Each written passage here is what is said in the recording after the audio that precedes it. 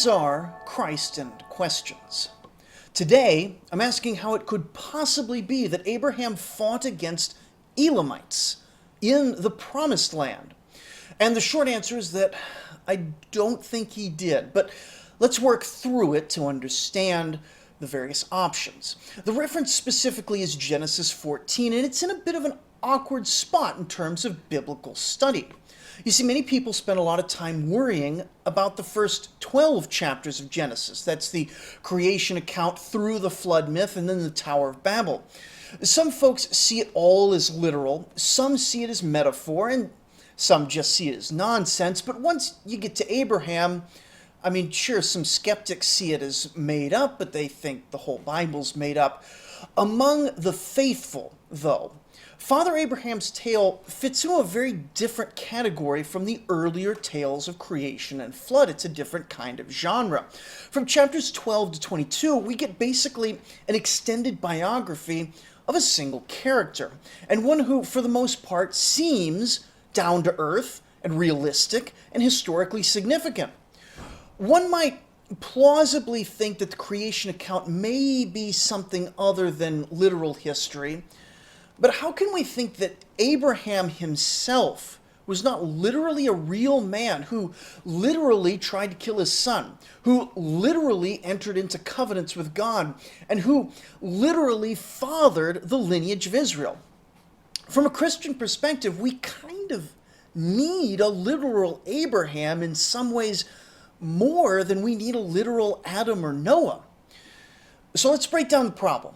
Not the Adam and Noah problem, just the Abraham problem today. We have a lot of questions coming up as the show moves forward. First, why do we think that Abraham was probably historical? And where does he fit into history? Then we're going to look at Genesis 14 in particular. That's what I've got here on screen. And I'm going to say that the campaigns discussed there don't fit well with our knowledge of history.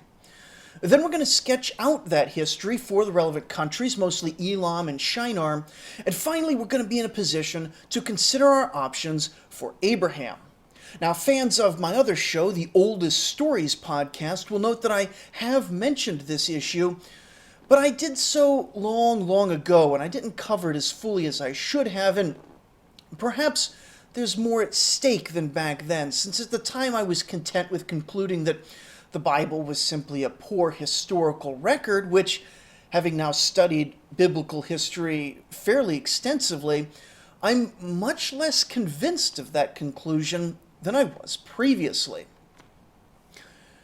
So if we start with Abraham, he's an interesting character because, for the most part, he's what we call non-historical. Now, don't stop the video. I'm not saying he never existed. What non-historical means is that he lived basically his entire life outside the lens of history. And neither historians nor archaeologists would ever legitimately expect to find evidence of an historical Abraham. Now, contrast this to someone like King David. There is debate as to whether or not David ever existed as a historical figure, but his character, at least, is an historical one. We can expect that as a king, David would have ordered the construction of buildings, sent various letters, stamped his name on treasures, or might be mentioned in the historical records of his descendants or neighbors. King David left footprints that might be found in the future. Though, being in Jerusalem, a lot of those footprints have been trampled by quite a lot of intervening history, so we never might actually find definitive, direct evidence of his existence, though we do have some fairly interesting indirect evidence of his existence covered over in the Oldest Stories podcast. Abraham was a pastoralist who lived in a tent. He was probably illiterate, not for sure, but probably. He built nothing of note in his life in terms of physical objects, just some wells and altars, and those would have been lost to time or reconstructed long since. There are people that say, oh, here's a well from one of the patriarchs, whatever. There's no way to tell that well from any of the hundreds of other wells in the Promised Land. His economy didn't significantly intersect with any literate population, and he didn't interact with any kings in ways that we would have expected those nations to prominently record. He did chat with the pharaoh, but that's not the sort of thing that usually made it into the Egyptian official records. No one searches for the historical Abraham in the way that we do for historical David, simply because there's no expectation that we would find anything, even if every word of his story was literally true. Archaeology and history are just limited in that way. But, being a Christian, I have reason to believe that the Bible is generally true, and therefore I have reason to believe that the story of Abraham is also generally true. Now, that's a big assertion, and I'm not going to defend it here. Let's just take it as given and consider the actual issue at hand. From the way he's described, Abraham appears to be a Western Semitic, semi-nomadic pastoralist patriarch of the early Bronze Age. Now, this is a bit complicated by later glosses which introduce anachronisms like the word Pharaoh and camels and Chaldeans and a couple things like that, but even many fairly conservative Bible scholars have scriptural insertion or oral tradition explanations which aren't actually too critical. And the extreme literalists have sometimes really contorted explanations for how, it all actually harmonizes, but those aren't actually super important in the grand scheme of things. They're details, words. They don't move theology in the way that we're going to look at today.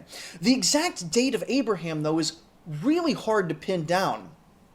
In the most expansive view, he could really fit just about anywhere in the Bronze Age. In terms of bookends, he needs to be at least a few centuries before the Exodus, which at the latest was 1000 BCE, though of course it's probably earlier, and he needs to be a few generations after the rise of significant cities and monuments in Mesopotamia, so after 4000. So being generous, we can potentially place Abraham anywhere from about 2600 to 1600 BCE, and that's a wider range than you're going to find just about anywhere else. We're being super generous for the sake of consideration today.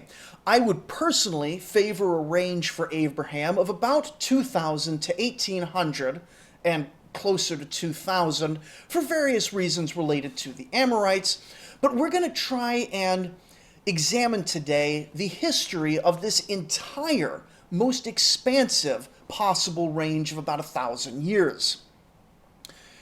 Now, of all the stories in Abraham's various chapters, only one actually directly references the state of the outside world.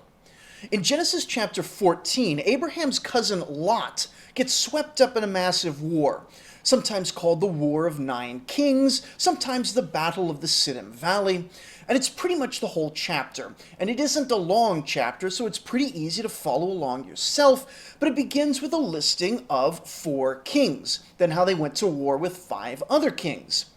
Now, for a very long time, readers of Genesis were too far away, historically, to properly judge the historicity of this war. All the nations had been too long forgotten.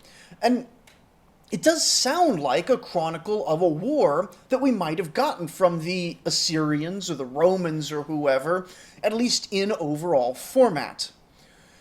Anyway, though later writers had largely forgotten these nations, we can look at them in a little more detail. Now, the first 4 kings that you're going to see, you can see Amraphel, king of Shinar, Arioch, king of Elasar, Chedorlaomer, king of Elam, and Tidal, king of Goyim. Now, we can only identify 2 of these nations confidently today. Shinar is Mesopotamia, generally the region around Babylonia and southwards, and Elam is a nation in southern Iran.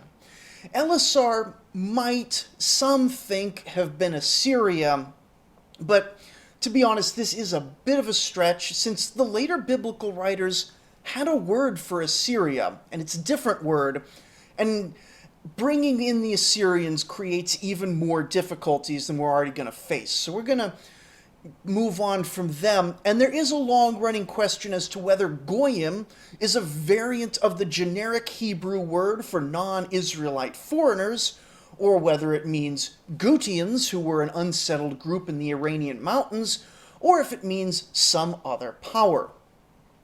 I think for our purposes it makes most sense to assume that Goyim and Elisar are two minor powers who've now been forgotten, and might not have even been Eastern nations. They could have been Levantine city-states that were just allied to these other two kings.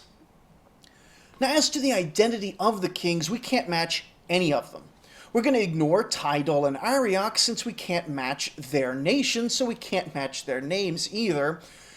And neither is immediately obvious as an historical figure. There's not like some, oh yeah, there's that Tidal guy over there. No, we don't know.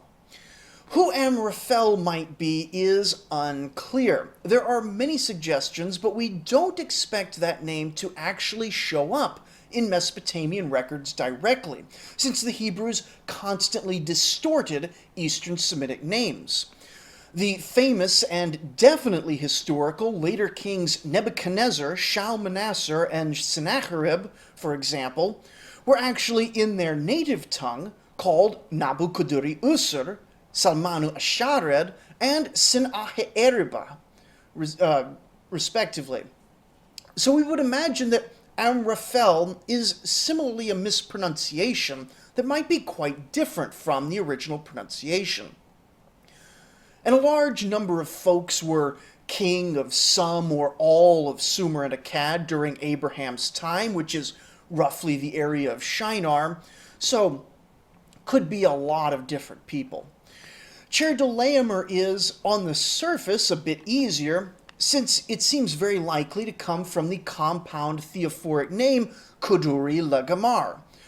But we know extremely few of the names of the Elamite kings because we don't have very complete records for that kingdom, though they're making a lot of progress recently, so in the next 10-20 years we just might find a King Kudur Lagamar, which would make this whole video pointless? I don't know. We'll find out. So while there could very well have been a Kudur Lagamar ruling in Susa at some point in our very broad date range, we have no idea who that could be. Then, to compound our ignorance, on the other side of things we have Bera of Sodom, Birsha of Gomorrah, Shinab of Admah, Shemember of Zeboim, and Zoar of Bela. Historically, we know where 0 of these places are. We know none of these kings, but honestly, that's not a problem historically.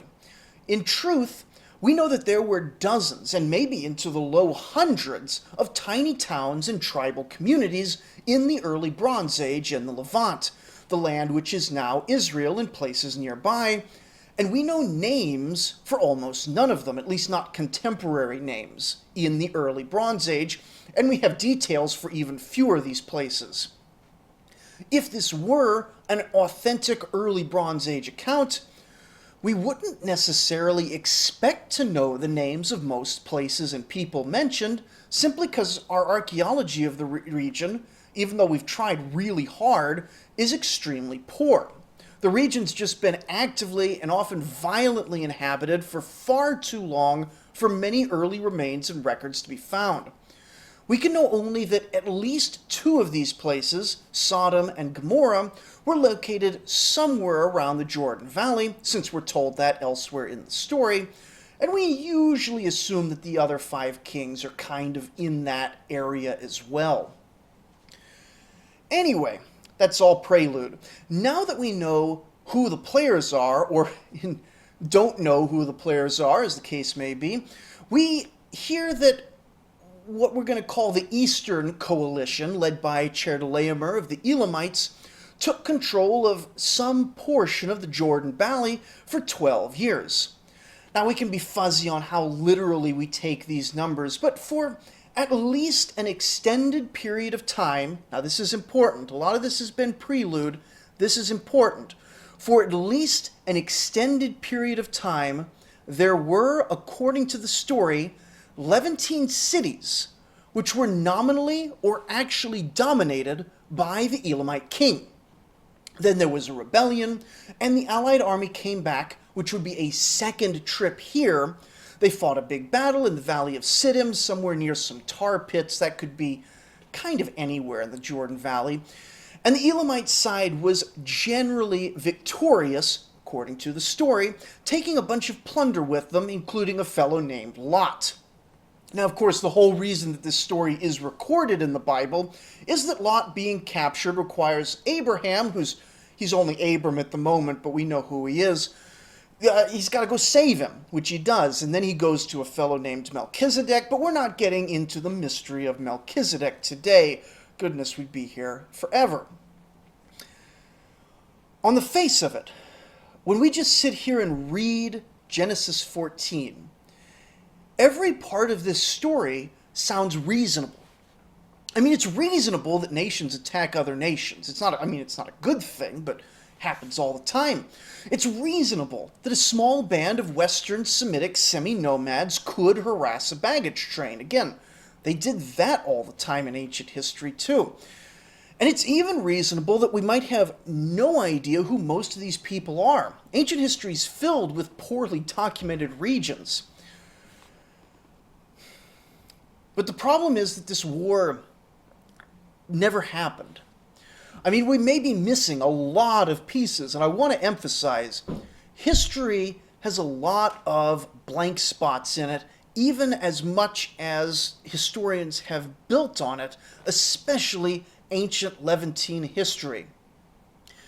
But we have some pieces. Specifically, we know a bit about Elam, and crucially, we know far, far more about Shinar, or rather Mesopotamia. Indeed, Mesopotamia, for the years running from about 3000 to 500 BCE, shares the crown with Egypt for the best documented place on the earth for these entire years. So I think the best way to go about this, and the way I personally understand the problem here, which some of you are probably still like, what's going on? What's he going on about? The way to understand is to go through Mesopotamian history with me for the years when Abraham could have walked the earth, using the extremely generous range of 2600 to 1600 BCE. We're going to bring in Elamite history where available, but it's important to note that there's simply no way the Elamites could have operated in the Levant without intersecting with Mesopotamia, since Elam is to the east of the Tigris and Euphrates, while the Levant is to the west.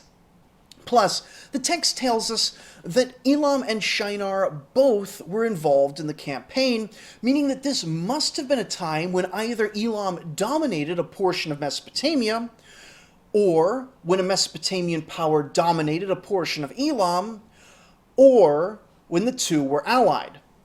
Now, you can argue that the text strongly implies Elamite domination of Mesopotamia in this period, but let's leave our options open to all three of those, at least to start with, and see what we find.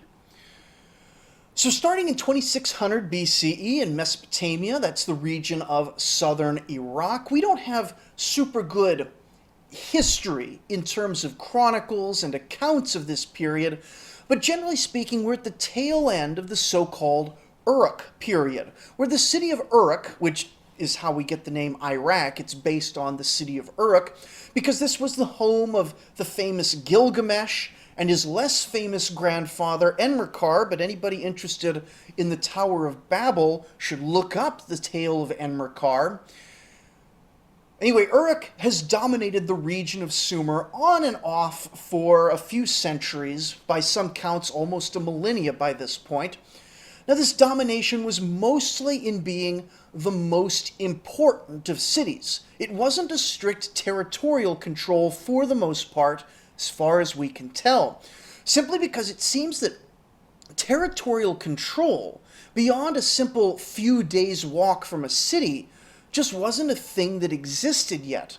And so Because of the many, many logistical challenges that we can see from the early Sumerian city-states, we can be fairly sure that there were no hidden empires in the prehistoric or early historic days. In fact, as we transition into what's called the early dynastic period of Mesopotamia, there's also an early dynastic period over in Egypt, but that's a different thing. As we get into this period, there exists a very poorly attested tale of a fellow named Lugal-Animundu, who is generally believed by modern scholars to have been a holy mythic, but who claimed to have ruled over all of Sumer and possibly parts of Akkad, and thereby claimed to have ruled the entire world. Now, for a modern comparison, this means that if he genuinely existed, not totally impossible, but pretty improbable, then he had a kingdom whose northern border was south of modern-day Baghdad and north of modern-day Kuwait. So it's a great accomplishment in his own time, but it's not exactly a threat to the distant Sodomites and Gomorrheans. Anyway, for this early dynastic period, no one city rose to prominence for long, and only at the end were there serious attempts to dominate the whole of Sumer, that being a region even smaller than Lugal-Animundu's supposed kingdom. The Elamites were developing at around this time, but they too struggled to reach significantly into Sumer, much less regions more distant than that. Trade occurred during this period, but the logistics required for long-distance military activity was just beyond the kings of this early era.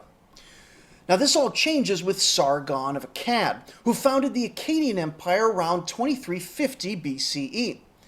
Now on the maps you might see that his empire stretched all the way into Anatolia, that's modern-day Turkey, and then all the way into Lebanon, but this is mistaken. The Akkadian Empire reached into the upper Euphrates, into modern-day Syria, which was seriously impressive in its own time, and probably qualifies as the world's first empire. But his forays into Lebanon and Turkey were mere raids, lasting no more than a few months and potentially as little as a few weeks, encountering little in the way of towns and combat. Sargon went to these regions, and he plundered a bit of wood and a bit of silver, respectively, to bring them home as trophies. And these were nice trophies, no doubt. He built some cool temples from them, but he never had, and he never attempted, a lasting dominion over the Levant. These sorts of large-scale military raids were, in fact, far more typical of ancient military activity than the sort of territorial conquest that we would later associate with empires. Now, the Akkadian Empire lasted for about 150 years, with Sargon and his grandson Naram-Sin as the two great lights of the empire. They did dominate Elam, or at least Susa, and potentially more. Susa was one of the two great cities of Elam. And they did dominate all of Mesopotamia, as well as some other areas. But these two aren't great fits for the Battle of Nine Kings, because the great emperors boasted of the extent of their travels and the conquests without ever suggesting that there was a 12-year period in which they held on to any portion of modern-day Israel. That's fine enough, though, because it's frankly a bit too early for Abraham anyway here, so we let the Akkadian Empire collapse, after which there's a bit of a dark age where Mesopotamia is overrun by barbarians. That's the aforementioned Gutians, who may or may not be the Goyim, who really knows? Then the city of Ur founds a dynasty that would be the Ur of the Chaldees later on, but it's just Ur now. They found a little dynasty which holds just the region of Sumer and Akkad for a period, basically the area around the much later city of Babylon. There is no Babylon yet. Down south to the Persian Gulf. This kingdom tried, in their own way, to self-consciously preserve and exceed the best parts of the Akkadian Empire, but they never managed to do so in a territorial sense, So the dynasty is also not a good candidate for any of the kings in Genesis 14. After this, the Amorites invade. Now these guys speak a language from which Hebrew would later descend. And they come from the western deserts and reshape the political landscape of Mesopotamia. In all likelihood, if you want my personal opinion, Abraham might have been an Amorite whose family had settled either during or before this vast invasion in the city of Ur, only for Abraham to leave some generations later. We don't have any direct confirmation of that, but it does fit a lot better than a lot of other suggestions. Now, there's a lot to be said about the Amorite invasions, but the thing that really matters is that they pretty quickly take over most of the towns in Mesopotamia. Then they pretty much assimilate into being just like the Sumerians and Akkadians had been. So we enter what's known as the Isin-Larsa period, a time which runs from 2000 to 1750. Note again, this is right when it's most likely that Abraham lived. And we see that for this whole period, the various kings of Mesopotamia, and sometimes also Elam, strived with each other for dominance of the region. But it isn't until the great Hammurabi of Babylon that the region gets unified enough for anyone to start looking outside of that general area. And Hammurabi is an interesting name, because if you kind of squint a little bit, you take your glasses off, then Amurapi, which is the native name of Hammurabi, can sort of look like Amraphel, and Shinar is most associated with Babylon and the area around it in the Bible.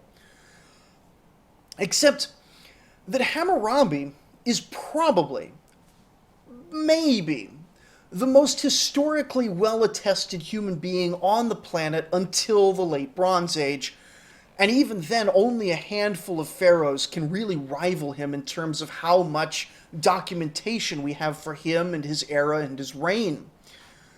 And because of that, we can actually be unusually certain in disqualifying Hammurabi from having participated in the Genesis 14 war.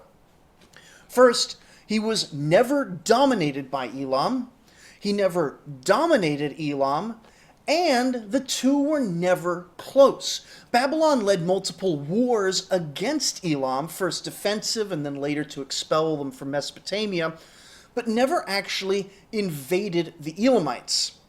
What's more, the Elamite king's name is Siwe-Palar-Kupak, a name unrelated to the word Kudur or the god Lagamar.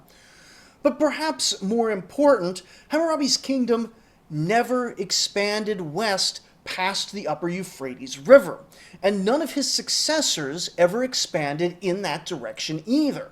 Indeed, very little expansion occurred after Hammurabi's death, and Babylon was finally sacked by the Hittites after a long period of decline in 1595 BCE. Again, if you like oldest stories and all this history, this is all an extremely short summary of a very long period.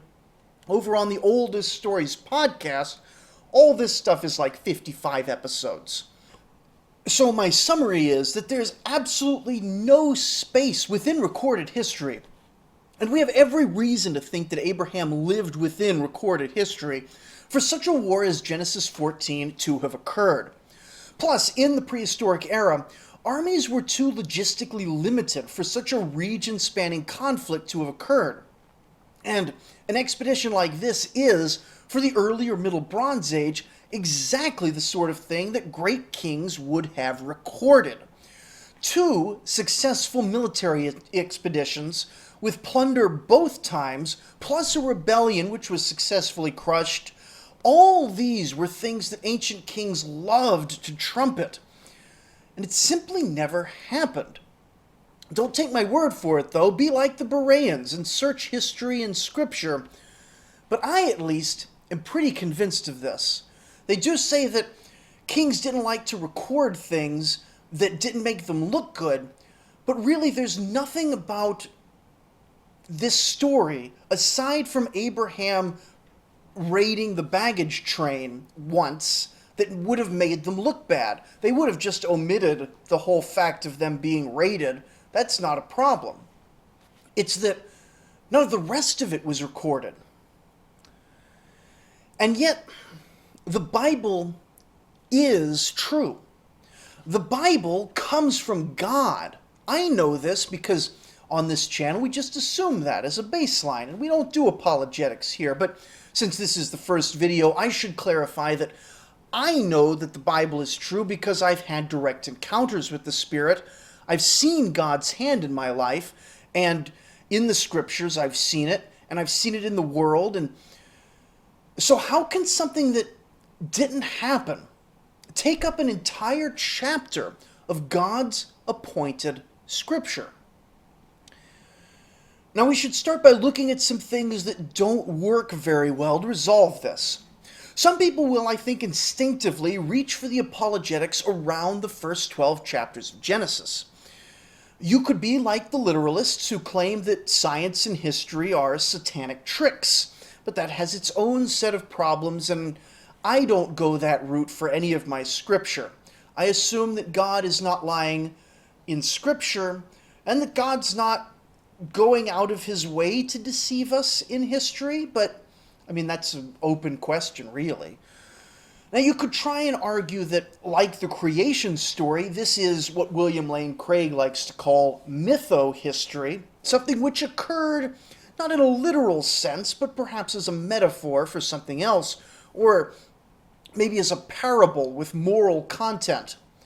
But while there are pretty compelling versions of this argument for creation and flood, it's difficult to extend that to Abraham, at least in my mind, since the literal facts of his life, the binding of Isaac, the meeting with Melchizedek, the covenants with God, these are presented as history in a way that the preceding tales just aren't.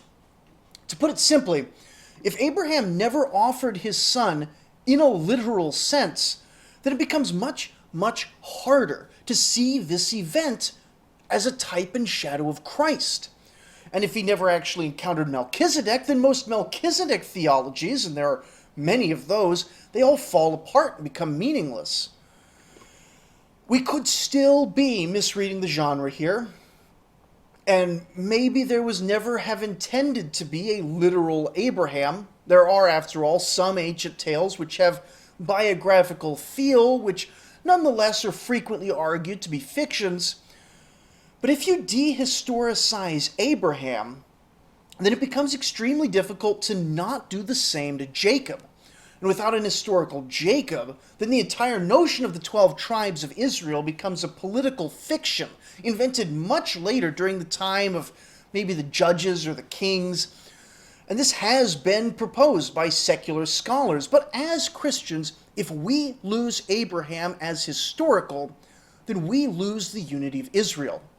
We lose the Exodus, we lose Moses, we lose the wanderings, we lose the 10 Commandments.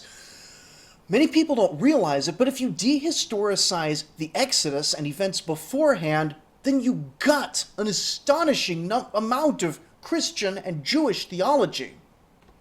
If, for example, there was no Passover, then what significance did the cross have, which was a reinstantiation of the original Passover in its fully complete form? It becomes just an historical accident, just some confused nice guy crushed under the Roman boot heel like so many before him. And so we need to understand Genesis 14. Central to the issue here is that while I put a fairly early date on the composition of much of the Bible, Genesis 14 in particular has the hand of someone much, much later stamped upon it. Now, for one thing, this chapter has a ton of what are called glosses. In the ESV, that's the edition you're seeing here, there are 6 glosses in only 24 verses. Other versions, like the RSV, only specifically calls out 5 glosses, but these glosses are things like explaining the Valley of Siddim, are what the editor would in his own time call the Salt Sea, which is our modern Dead Sea. Now, none of these edits make sense until much later in history, and most telling is the clarification that the valley of Shaveh, mentioned in verse 17, can I get to verse 17? I'm learning how to operate this program. It's great. The valley of Shaveh, that is the king's valley, meaning that this gloss right here, at least, is being added during the kingdom period. Otherwise, what kind of king's valley are we looking at? Now, a gloss in general does not preclude an early date for a passage. In general, you can assume one of two things when you see one of these clarifications. You could assume that the whole thing was indeed written down in a period when the gloss would be valuable for the reader, or that the passage was written down basically when it says it was, and someone came later and added a note for clarification, which at some point got confused for the original text. Now, we actually see this happening in a few places in the New Testament, where we have old enough versions of the text to trace out a textual history of large sections. Just off the top of my head, Matthew 18, verse 11 is actually omitted from a lot of modern translations because it seems to be a gloss, not something actually in the text. It gets stuck down in the footnotes usually, but textual criticism really can find sometimes interesting things. But in this case, we actually know that a very late date of composition is appropriate. Tradition says it was Moses who wrote the Pentateuch, and while this is nowhere stated in the text, we can at least be certain it wasn't anyone before Moses who wrote down the version we have today. Which means that these stories were oral tradition, at least until the end of the Bronze Age, if not well into the Iron Age. In some aspects, and in some contexts, we know that oral tradition is capable of being surprisingly reliable. But at the same time, we also know it's extremely poor at transmitting certain things. Non-thematic numbers, for example. If there are 7 days in a creation story, oral tradition is going to be very good at holding on to that number 7 because it's tied to the content of the tale. But if we've decided that Methuselah was 969 years old when he died without any context around that number, then this is very likely to shift over time. And indeed, of our 3 major editions of the Pentateuch, all of which were literary, not even oral traditions, we still see a lot of these early Genesis lifespans shifting significantly. That 969 in the lifespan of Methuselah is in the Septuagint and Masoretic text, but the two versions have him giving birth to Lamech at age 187 in one version and 167 in the other version, while the Samaritan Pentateuch only has Methuselah living 720 years total. Another thing, though, that often didn't survive oral transmission is details that are no longer relevant to the lifestyles of the storytellers. So this is likely where the camels came in, since storytellers knew, at this point in the story we list a bunch of animals that, wealthy Abraham had them, and among that list in someone's own mind was camels, because at some point wealthy people just had a bunch of camels in addition to a bunch of sheep, and so that just sort of slipped in there. Similarly, imagine a situation in which the War of 9 Kings was 4 obscure, forgotten Levantine cities against 5 obscure, forgotten Levantine cities.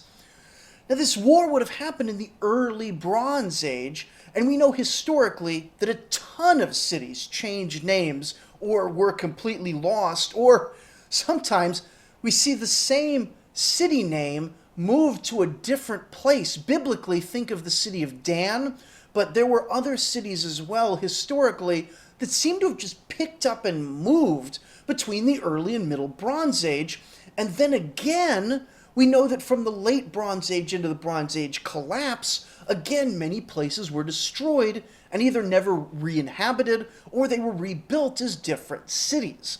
This is just on a secular level. Imagine that you're telling someone the story of Genesis 14 with no notes. Now, we have poorer memories nowadays than our oral tradition ancestors had.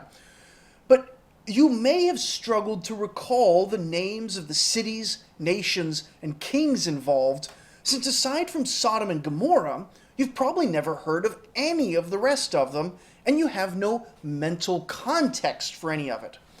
These are just the names of people and places, and really they're just arbitrary sounds for us. I mean, when I was reading it at the start of the episode, how many of your eyes glazed over? Zoim of Amraphael. Who is? I don't even remember.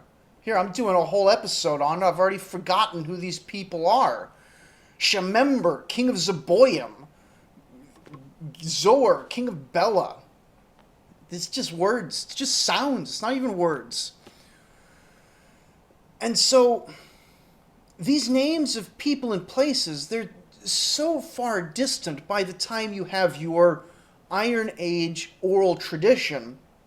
Like, we've forgotten these places, but they've forgotten these places. And so if you're an Iron Age audience, these cities are just as forgotten to you as they are to us nowadays. 3 possibilities then arise. The first possibility is that people correct the names when they don't really need correction. Perhaps the original name of Chedorlaomer's city sort of sounded like Elam. Imagine perhaps it was Emar. That's a real place over in the right part of the world. But they've forgotten Emar in the context. But they know that the Elamites existed back then, and they've been famous and exotic for a long time, so maybe they assume that, someone said Emar, but I'll bet they meant Elam.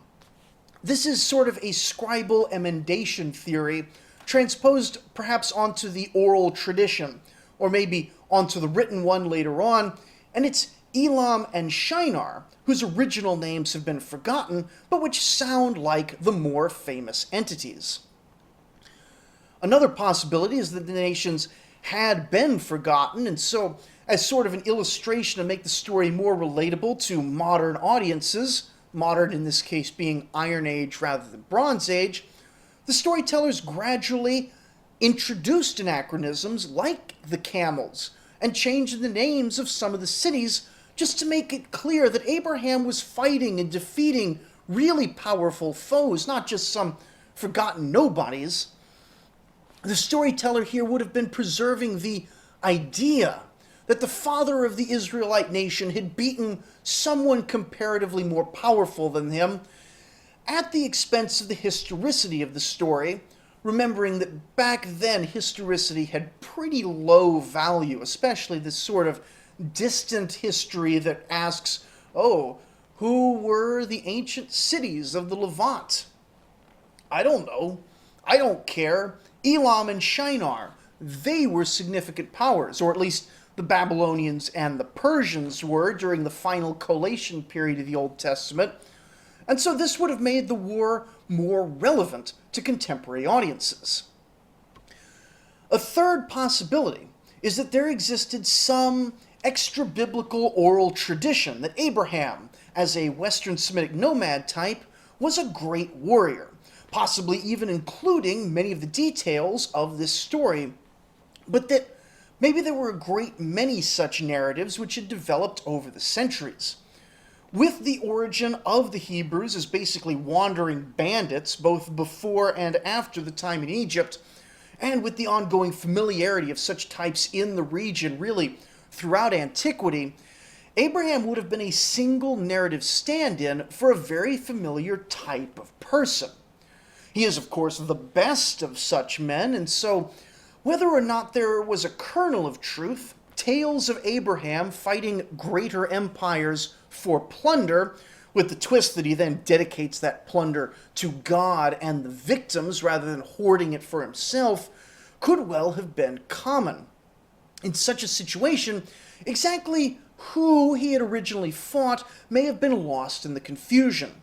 Indeed, there may originally have only been one king that he fought, but in harmonizing the accounts, maybe the editor took on way too many kings and kingdoms. A fourth possibility is that no original tale of Genesis 14 existed until the time of the Assyrian, Babylonian, and Persian periods, at which point the struggling people of Israel basically invented a tale which said that, sure, the Hebrews might be on bottom now, but in the past, our great mythic ancestor battled all these dominant powers and he showed them up. Now, this sort of thing would also rob Melchizedek of his mystery, since the people of the time may have been fuzzy on when exactly the Jerusalem temple had actually been built, and may have simply assumed that it had basically always existed. This tale then gets inserted into the longer narrative of Abraham that they already had, the rest of which may have been generally accurate as far as the chain of transmission allowed. And a fifth option, as I've already mentioned, secular history could be mistaken, or could have gaps. I generally distrust the idea that we'll find God in the gaps of our knowledge, except where we have specific reason to think we'll find him there, for example, with consciousness or the creation of the universe. But in this specific case, if one studies the relevant period, you're unlikely to find a gap into which this story can reasonably fit. Meaning that if this story is true, most of secular history is wrong. For all that Scripture is frequently a reliable witness, in this case we have far more witnesses arguing against the authenticity of this story, and we have internal biblical evidence telling us that this story is not being recorded for at least 400 years after this event, if not more. Now assume, however, that we can reject that most literalist interpretation. Because, yeah, the Bible's probably true, but also history's probably true. There is the question of whether we can be justified in ignoring or rejecting history, and it is on my list of questions to get to someday, but for now we assume that history is generally reliable. So this leaves us with the question of what do we, as faithful Christians, do when part of the Scripture cannot literally be accurate? Now this is obviously a pretty broad question. There are a few popular options here in general. First, could be a metaphor, but this seems unlikely in such a dry and seeming historical account, especially since this tale transitions into the meeting of Melchizedek, and most theologies would say it's decently important that Melchizedek have actually existed and Abraham actually met him. So it's kind of hard to justify the whole story if we turn the one ahead of it into a metaphor.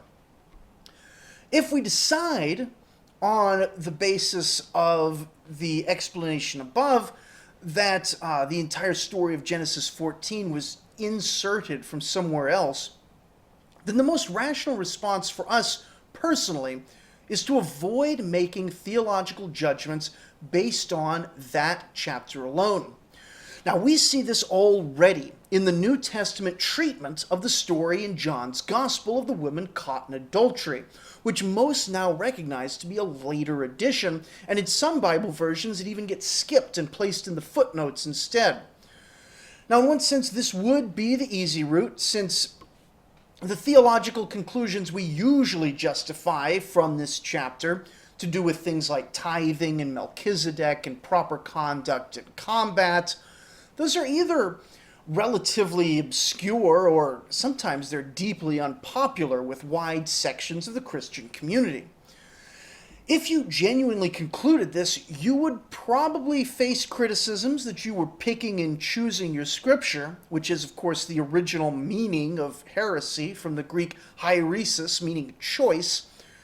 But, of course, if you're discarding it based on a sound judgment that it doesn't belong, then this is no more heresy than the other Christians who choose to omit the Shepherd of Hermas or the Infancy Gospel of Thomas from their canon. But you do still face the question of how the scripture could have been corrupted in this way for so long. The other option is to assume that the story is basically legitimate, but that scribal errors have arisen to introduce something that is historically mistaken into the text. Perhaps Elam wasn't actually involved, but some other city or kingdom instead. If Shinar was involved in some local war, then there's an outside chance that Hammurabi, Sargon, or Naram Sin is intended as Amraphel, most likely Hammurabi, but even this degree of harmonization runs into problems, such as nothing in these men's career fitting the description of the war, or the fact that the Bible tells us it was Chedorlaomer who was in charge of the coalition, and no Iranian power would be active in any political or military way until the Levant until nearly 500 BCE. The advantage here of calling it a scribal error is that we can still have the important portion of Genesis 14. We can still say that the Bible is true and that Abraham was real, while still having our ancient history be respected. The disadvantage, though, is that we have to start worrying about where else there might be scribal errors. And having now worked through it at great extent, oh my goodness, I do think that this is pretty much where I end up. I don't take this episode as cause to reject the Bible wholesale, because I just don't think that's legitimate. I wasn't brought to God through the narrative of Genesis 14, and my witness of God will survive without it. There are, I think, inaccuracies in the modern written text of the Bible, and that raises a pretty big question of where they might be and how they might be identified. I examined some of this in the Oldest Stories podcast episodes on Israel, but it's definitely a question that deserves a whole episode, probably a couple of episodes someday. As a short version, we might expect scribal errors in things where there isn't greater context, or where the subject matter is unfamiliar, or in parts where the Bible was written further from the actual event, all of which could become a whole analysis of grading the entire Bible in a way that a lot of people just wouldn't be comfortable with. But the bottom line is, we're not Muslims. Christian tradition has never claimed infallible transmission. Just remarkably reliable transmission, and if we're being intellectually honest, then the sort of grading that I'm talking about is in fact appropriate here. Now, we want to end every episode here with a section on where I could be wrong, because that's really the most important part. If you don't like the conclusion I've come to, you should first know that I hold it pretty weakly. I could pretty easily be convinced of something else with decent argumentation, and I don't think my final conclusion, the scribal error theory, is necessarily a very good balance of the issues, and I would expect that there are a few key places where someone could show me to be mistaken. The most obvious is that if I am mistaken about history, I have pretty high confidence in my understanding of ancient Mesopotamian history, having spent the last 5 years running a podcast on the topic, but our understanding could change radically with the right evidence. We dig something up that shows Hammurabi actually sent a couple armies over to the Jordan Valley.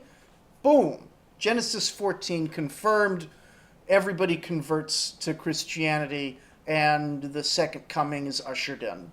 Fantastic! I would be on board for that, but I don't think we have it yet. Next, I could be wrong about the historicity of Abraham.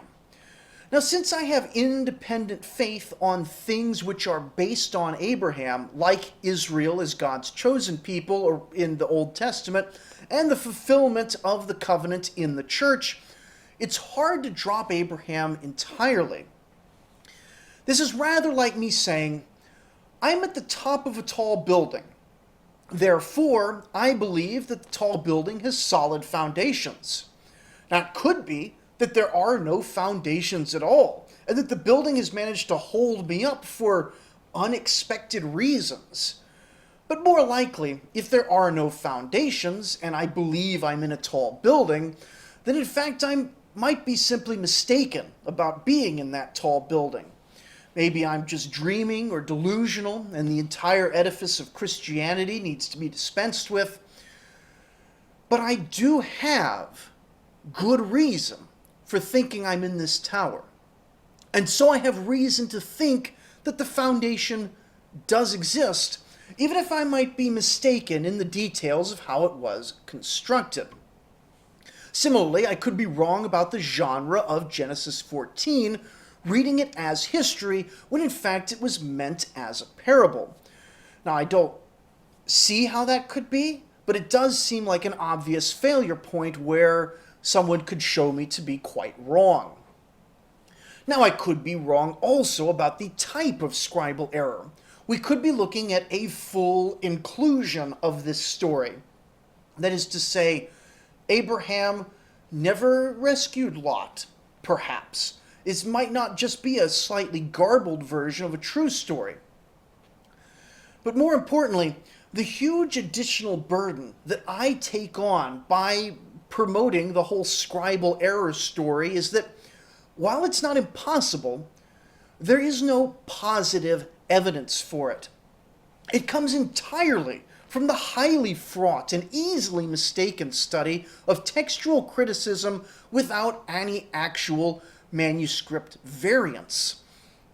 And I end up committing myself essentially to a position which has no positive support, in which I end up only through rejection of other possibilities, which is why I hold this conclusion very loosely and remain open to more evidence and ideas around Genesis 14.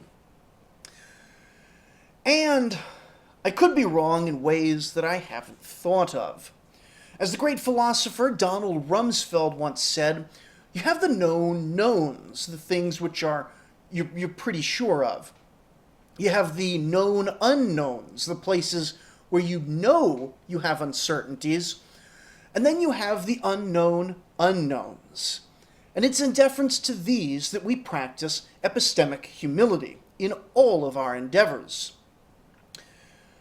For now, I conclude that the historical errors in Abraham's story in Genesis are likely minor scribal errors, which don't preclude the truthfulness of the account, though I do lean heavily towards it being a challenging and uncertain question.